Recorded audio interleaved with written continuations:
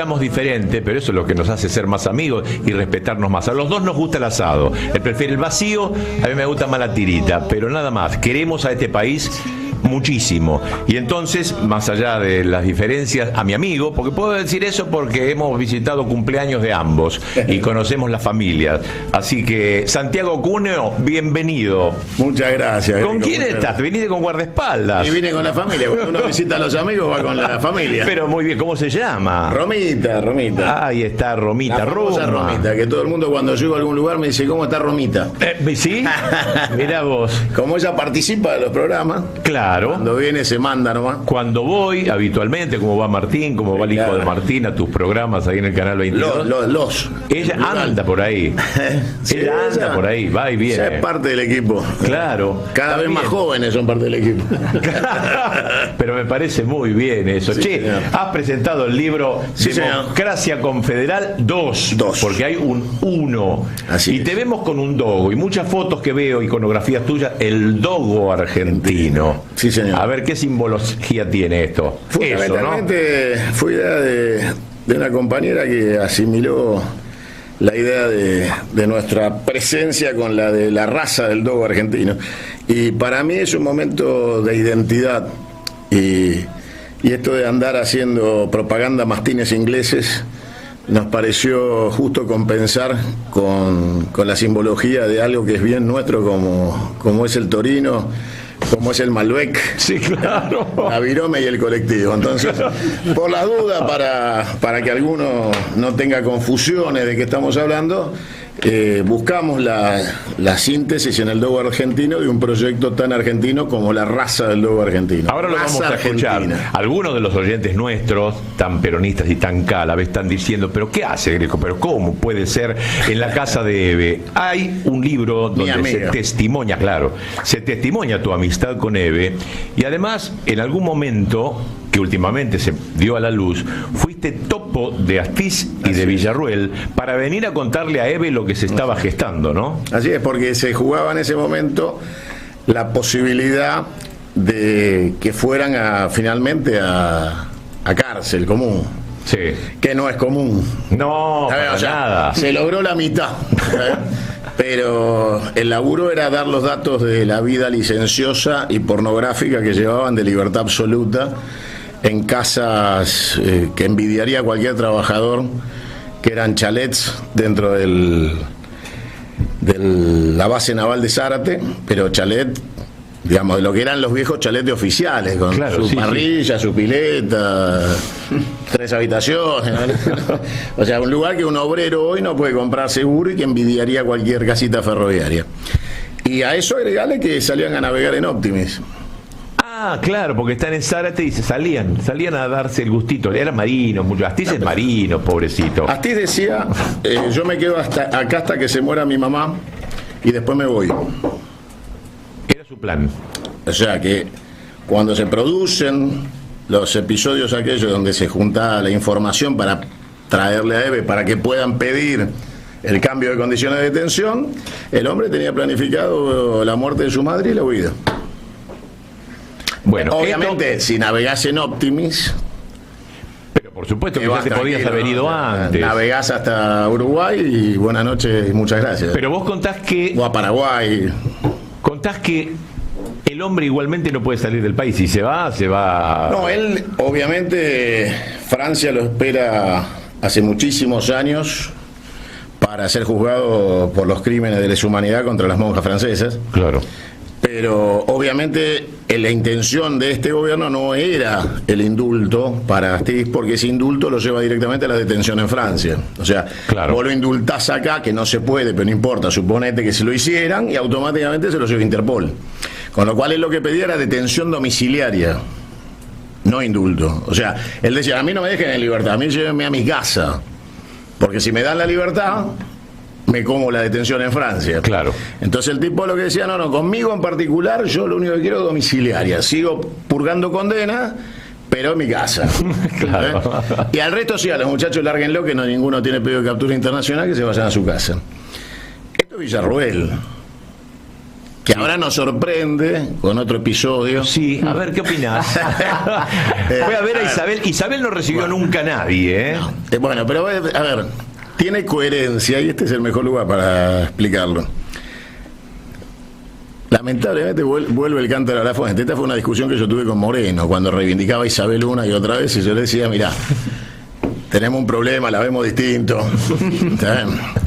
Dejala a Isabel donde está, que no vuelva nunca más. O sea, yo no me voy a meter con la mujer del general, pero era un problema personal de él. Claro. Y entonces algún boludo viene y te dice, no, pero la eligió de vicepresidente.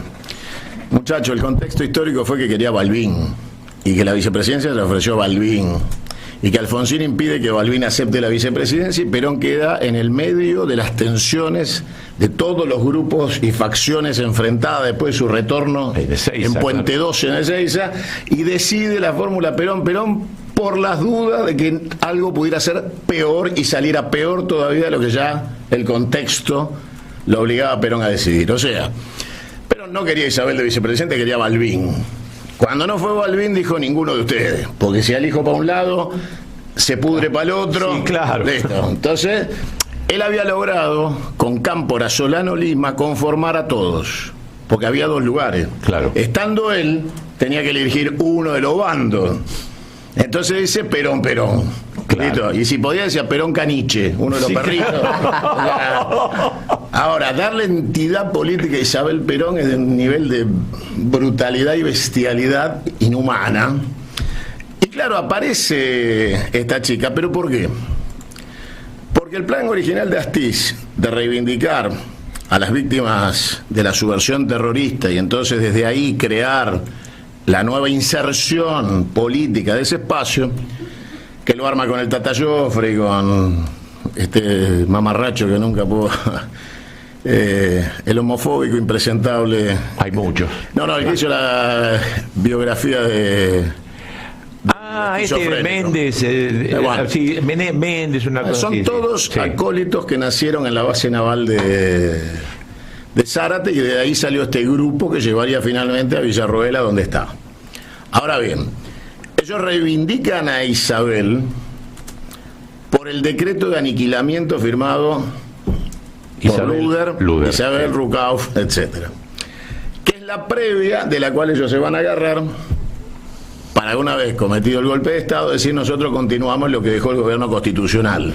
Claro, ya había 1.500 muertos en la época que asume Videla, ya había 1.500 desaparecidos y muertos. Ahora, Isabel es la AAA y López Rega. Sí, claro. Punto, no hay más nada para analizar, cualquier interpretación. Y Rodrigo, Sí, Rodrigo, que es el primer liberal que hace el trabajo sucio para que después llegue Martínez de Oca. Un experimento. El Rodrigazo es un invento liberal, sí, para que aquellos que no lo entiendan, traído por López Rega. Sí. López Rega era de la PDUE. O sea, vamos, y Macera era de la PDUE. PDUE, vamos a explicar, era un... Masones católicos. Sí, ahí está. Ahora, una logia. Claro, la realidad, ¿cuál es? Que Villarroel reivindica a Isabel porque trata de asociar al peronismo con el genocidio. Es como tratar de buscar la foto de Perón con Videla. O sea, ellos dicen, no, vieron que los genocidas no son tan genocidas, porque acá está claro, el antecedente peronista de que nosotros hicimos lo que decía el gobierno peronista. Sí. Isabel, en este último acto de imbecilidad humana, se presta a la foto con esta apóloga del terrorismo de Estado y le da la foto y la otra viene y le pone un busto y tenés una caterva de estúpidos que dicen viste, reivindicaron a Isabel, ¿no? La mujer del general. Y vos decís que ese siglo XXI, 2024 todavía tenemos un idiota que dice eso, tenemos un problema gigantesco en la sociedad. Sí. Y entonces uno dice, bueno, a ver, muchachos, no se entiende claramente lo que están haciendo. A ver, es una lectura muy elemental. Sí, claro. O sea, le hacen hacer una gira presidencial a la piba, la mandan a Europa a reunirse con su santidad, al rey de España, algunos sectores de la derecha que ya visitaron en su momento con Milei hace un par de años, el año pasado, y empiezan el laburo de decirle a esos grupos europeos, no es más Milei, es Villarroel. Sí. O sea, los enlaces con los grupos de extrema europeos son de los genocidas, no son de Milei. Por eso quedaba ridículo Milei con la presidenta italiana fascista, ¿no? O sea, un liberal libertario al lado de una proclama fascista, queda ridículo. Sí, claro. El tema es que los que lo mandaban ahí no eran los liberales libertarios, eran los grupos de genocidas que decían, bueno, necesitamos que el presidente sea Milei, pero el pacto con Milei se rompió, está roto, terminado, o sea, claramente Villarroel está en el golpe palaciego, que es caída de Milei y asunción de Villarroel. Y hay un grupo de muchachos que creen que hay que peronizarla y que esta foto la autoriza a ser la derecha peronista a Villarroel. Y buscan la empatía del peronismo con Videla, Maceras, tío, o sea, buscan la pata peronista del genocidio. Digamos. Cuando hablamos de un grupo de muchachos, estamos hablando de algunos, inclusive amigos que queremos, claro, y que respetamos, estamos hablando de Moreno, sí, Pichetto, que ve muy bien esto. Sí, claro, pero vos decís, pero a ver, muchachos, banquemos los trapos hasta que corrijamos el rumbo de la historia. Pero lo que no podemos hacer es negociar con ese pedazo de la historia. Entonces, perdamos, mantengámonos, que nos persigan, que hagan lo que tengan que hacer, nosotros haremos lo que tenemos que hacer, pero esto que pasó en las últimas horas es dantesco. O sea, Martín. No, yo tengo una mirada más benévola hacia Isabel, porque Isabel ya en el 64, cuando Perón no podía venir a hablar con los grupos y los grupos estaban divididos, la mandó Isabel a hacer toda una tarea política a lo largo y a lo ancho del país, que hizo extraordinariamente. Otra cosa que me cae bien con Isabel es que ella se negó hasta último momento a firmar ese decreto que sí firmaron los funcionarios que estaban. Y finalmente tuvo que ver con las condiciones de su prisión para que firmara, si no hubiera tenido una situación muy violenta. De hecho, también fue bastante violenta la cárcel de ella, donde, por ejemplo, la apelaron 2 veces, cosa que para una mujer, aún en cautiverio, es denigrante. Y ella, cuando Perón muere, con toda la situación de que ella no estaba para gobernar, digamos, lo había puesto Perón para no poner a otro, como bien dijo Santiago. Ella hizo muchas cosas bien hechas, con los laboratorios, con los petroleros que nacionalizó toda la boca de expendio, o sea, todos pasaron a ser YPF, no había ni Shell, ni eso, ni nada. Y a su vez fue la que ejecutó la orden que Perón había ya establecido, que se devolvieran los canales de televisión al Estado, digamos. Y en eso estuvo firme, igual que con YPF, igual que con los laboratorios, ¿no? Fue en ese sentido, tuvo una actuación muy digna, tanto en el 64 como cuando Perón ya había muerto y ya estaba sola con este tarado de López Rega, que era un personaje, y con todos estos hijos de puta que después fueron a la Junta de Gobierno, Videla, Macera y Agosti alrededor. Más todo el problema de la AAA, que es un tema aparte, pero que es un tema que oscurece todo ese sector de la historia, ¿no? Bueno, acá viene la pregunta. Una persona que tiene el apellido de Perón, no hay más, la única persona que lleva el apellido de su marido, de Perón nada más, ¿quién no quiere tener esa bendición? Ha habido peronismo hace 40 años. Vino solamente a la asunción de Alfonsín, no recibió a nadie, por lo menos públicamente, y ahora, a la vejez viruela, ya cerquita del cajón, ¿por qué recibe a esta mujer? Habiendo habido tantos, pero tantos, a los cuales podría haber bendecido. Ojo, que la bendición de Isabel todavía para muchos pesa. ¿Por qué bendice a esta mujer? Y esta es la pregunta. Mirá, y nos lleva de nuevo a esto que nos contaba Santiago, ¿no? Reconozco lo que dice el compañero García sobre su rol como enviada. No le reconozco algunos méritos durante el gobierno, porque todo eso que se hizo bien venía de los pocos meses de Perón en marcha, y obviamente Rodrigo da por tierra cualquier conquista nacional en términos de economía. Pero, digamos, en el relato de la inercia yo coincido, y aparte nada justificaba la detención y el maltrato, eso es otro tema aparte, pero no se podía esperar otra cosa de Videla, Agosti y Macera. O sea, era si alguien creyó que iba a ser distinto, se equivocaba. Lo que sí digo es, muchachos, también recordemos las noches de locura del brujo ¿no? Dios, por favor. Y sus consejos espiritistas hacia Isabel y la locura demencial. Lo único parecido es Karina ahora, con las tortas y las cartas. Claro, ¿no? O sea, personajes oscuros. Claro, que incluían en su menú delirante el cuerpo de Eva. Entonces, tengo cierta aprensión a reconocerle méritos a Isabel. Claro. Porque estos eran hechos de la realidad, y tener a López Rega al lado en funciones de asesor espiritual, para mí eso es ilevantable, digamos. Se llame Perón, se llame Isabel Martínez. Yo lo que digo es que donde estaba bien, sí, y no necesitaba volver en a la ese Argentina silencio que ella eligió a través de Villarroel. O sea, lo que queda claro es que hay todavía alguna rémora de aquellos contactos de aquella década, claro, que terminó con el golpe, que hoy se ven representados en Villarroel y los detenidos de lesa humanidad. O sea, claramente algo hubo, algo había.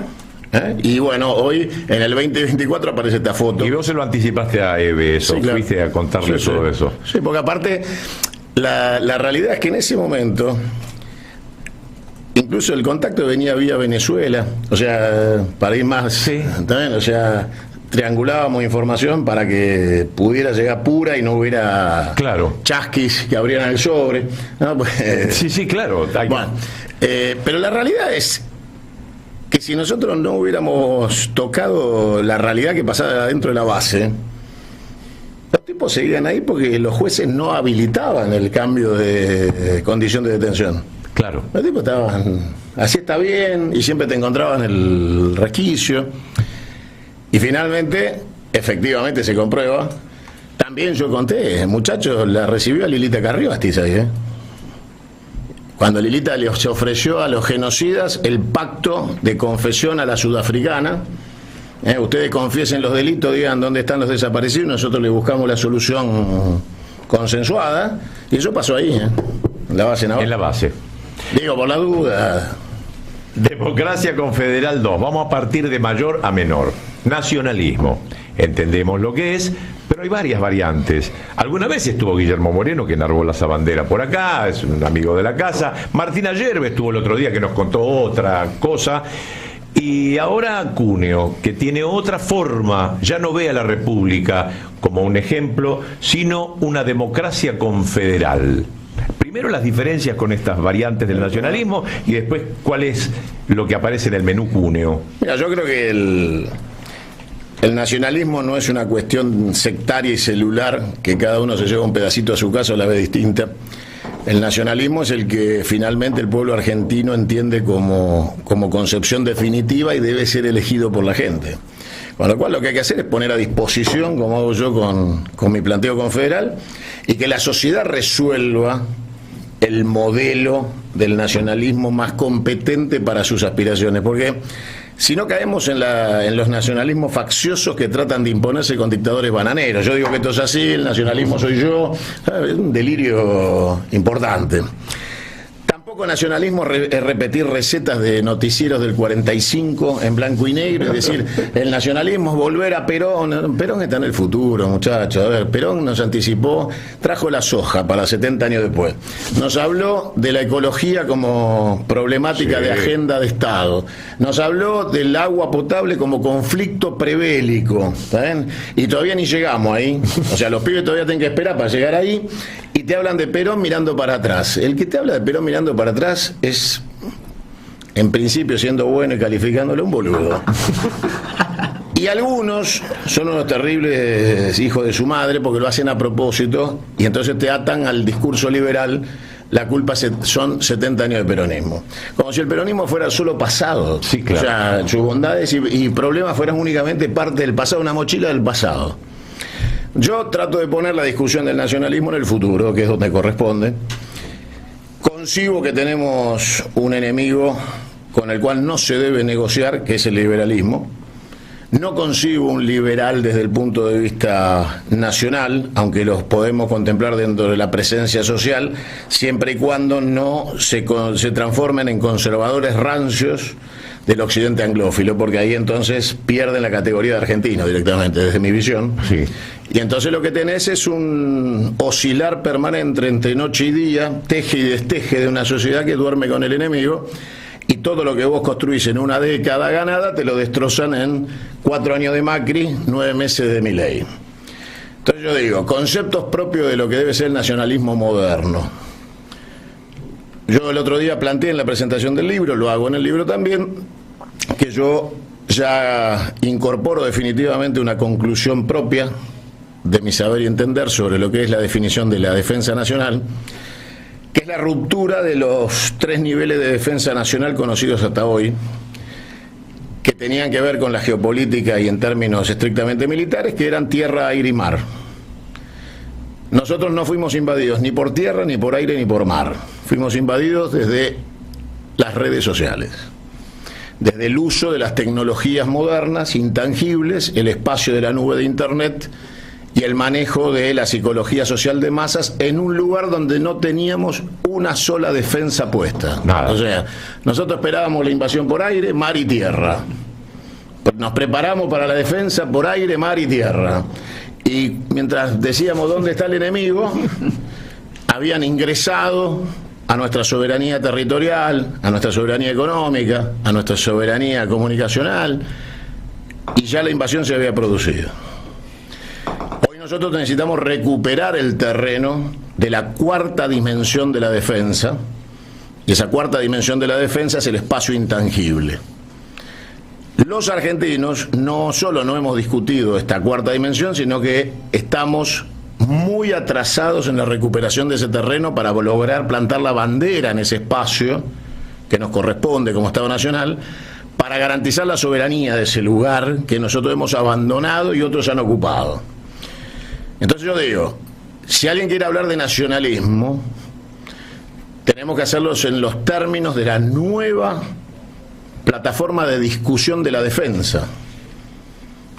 La CGT debería estar teniendo ya como lugar central de su organización la discusión de las nuevas tecnologías aplicadas al trabajo para crear la discusión de los nuevos derechos del trabajo y las nuevas condiciones entre tecnología y fuerza del trabajo. Y yo escucho a algunos que dicen que el nacionalismo son una serie de actitudes reivindicatorias de simbologías que no tienen ningún sentido en la discusión pragmática de la gestión de Estado. O sea, si nosotros queremos y pretendemos volver a ser gobierno del Estado, debemos comprender para qué carajo queremos volver. Entonces, volver ya en el siglo XXI implica esta discusión, que es la discusión de la defensa en la 4ª dimensión.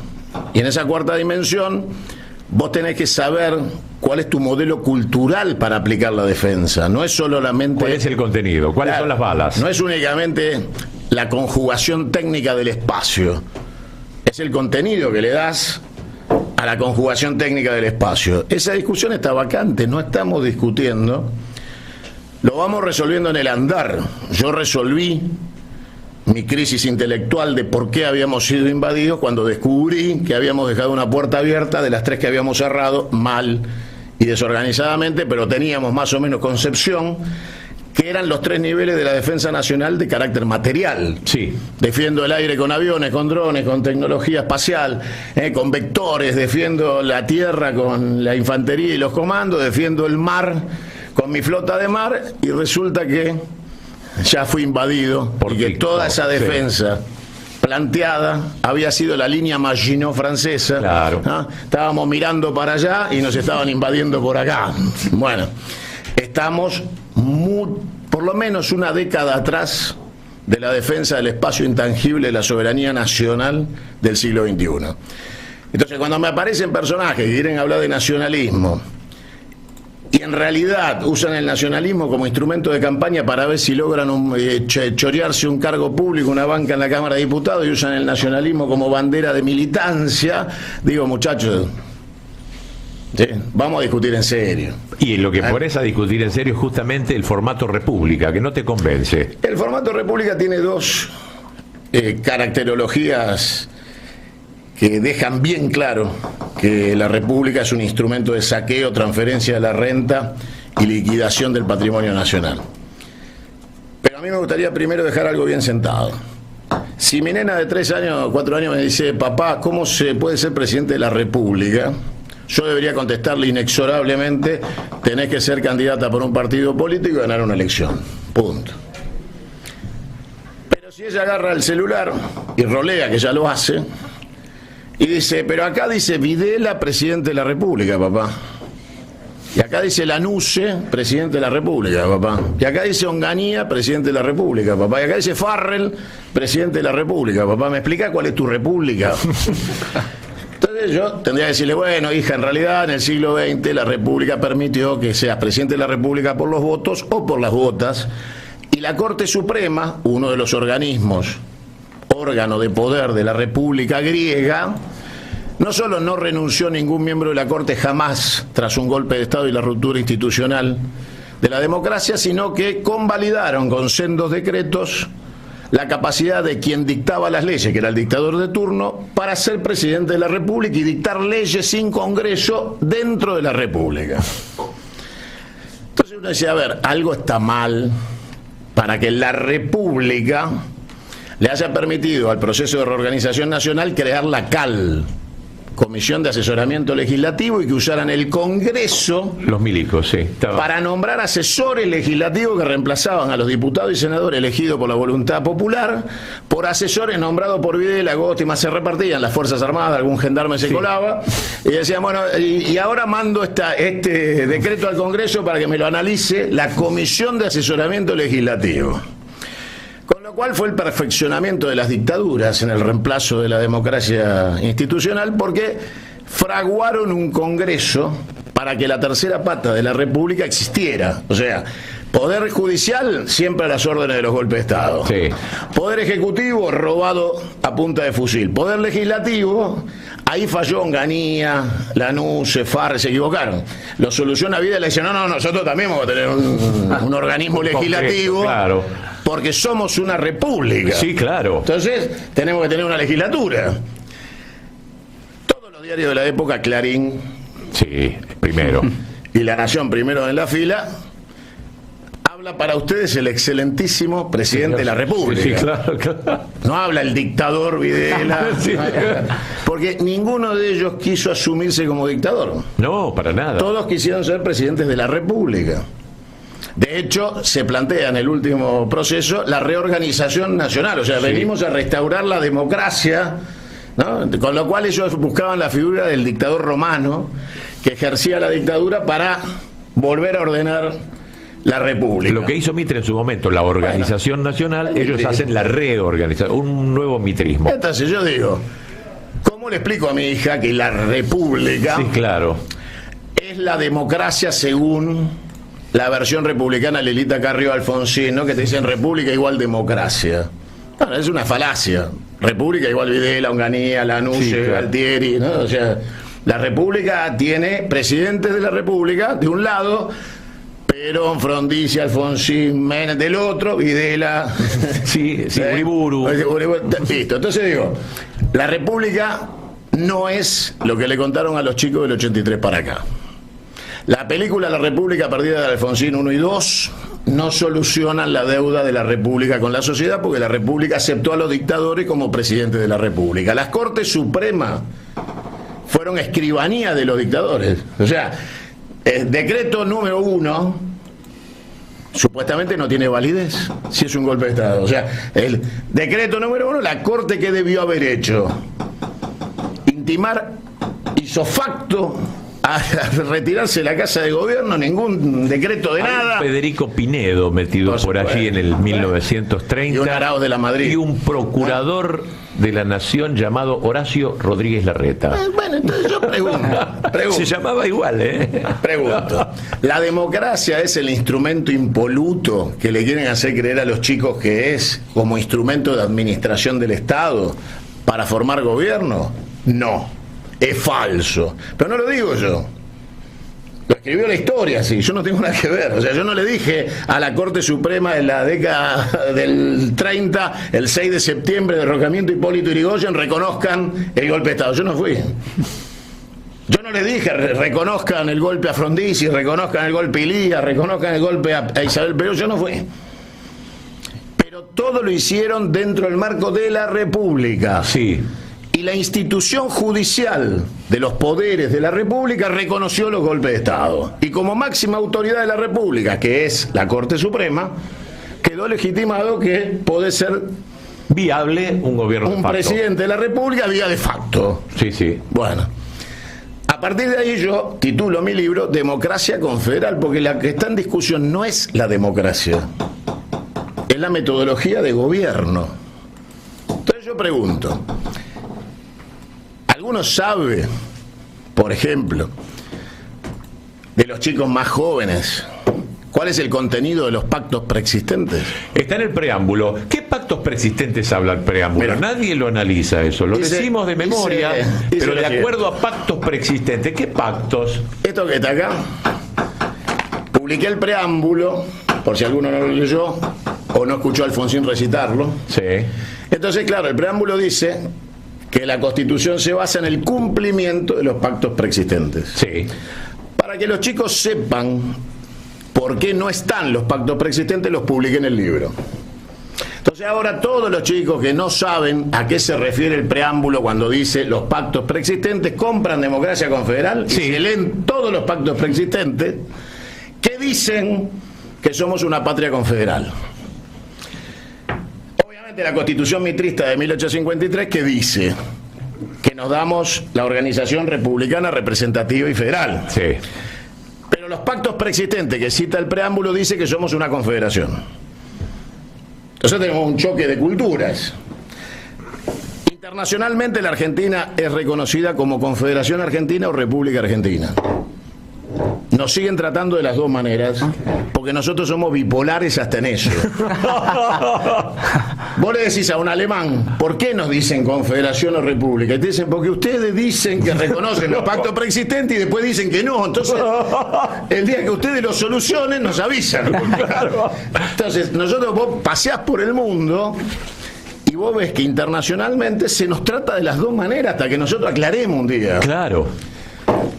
La realidad es que los pactos preexistentes se llaman preexistentes porque las provincias son preexistentes a la organización política, a la Constitución de 1853 y a la nación, al Estado Nacional.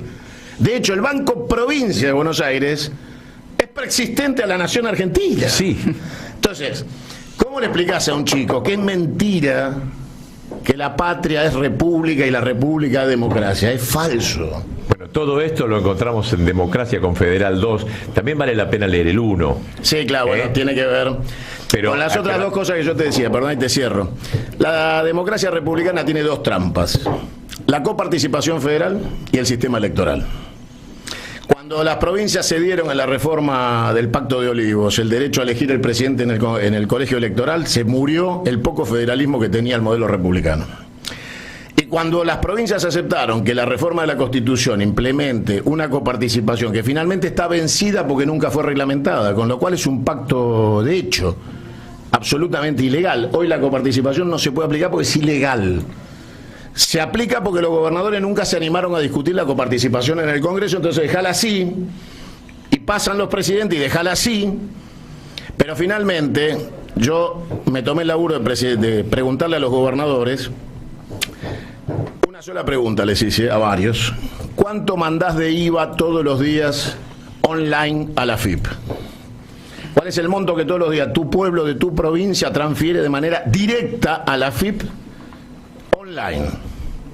Entonces un gobernador me dijo, mira, yo más o menos estoy mandando $500.000 por día de transferencia, solo de IVA, impuesto de transferencia de los combustibles, ganancia, olvídate, regalía, olvídate, solo de IVA. Le digo, ¿y cuánto te pagan de copa por mes? $7 millones. O sea que la provincia manda $15 millones de IVA y recibe 7 de coparticipación. ¿Sabés qué te dicen los liberales? Esa provincia es inviable, son todos empleados públicos, nadie labura. Si no tenemos la coparticipación, se mueren de hambre. Cuando vos le haces la cuenta a todas las provincias, una por una, de las que ellos, Catamarca, Santiago del Estero, La Rioja, todo lo que ellos llaman inviable, le haces la cuenta y ves cuánto mandan y cuánto reciben, y todos los gobernadores deberían bajar la palanca y no mandar un peso más a Buenos Aires, y son todos ricos. Con Son pueblos que a veces no llegan a los 500.000 habitantes en una provincia. Y del otro lado te pregunto, ¿qué sería Jujuy con el litio o Neuquén con Vaca Muerta si las provincias estuvieran confederadas? Emiratos Árabes. Claro. Sí.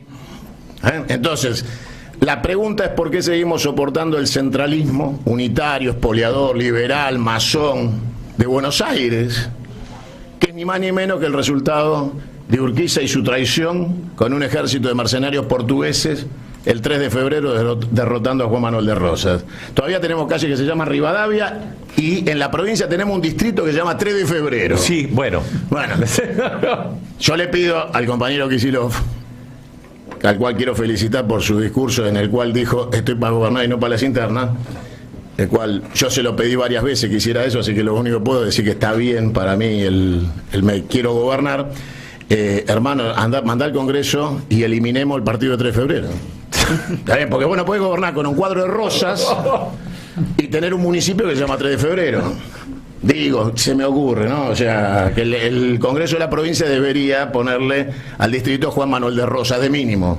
O Dorrego, ¿no? O sea, Dorrego es una triste calle que llega a Chacarita, nada más. Sí, además un monumento que lo tapan los árboles acá en el microcentro. Gracias, Cuneo, por venir. No solamente este programa está acá en la Radio de las Madres y te recibimos con cariño, sino que también mañana lo voy a repetir en Radio Caput. Así que lo que están escuchando en Radio Caput, esto sucedió ayer en la Radio de las Madres.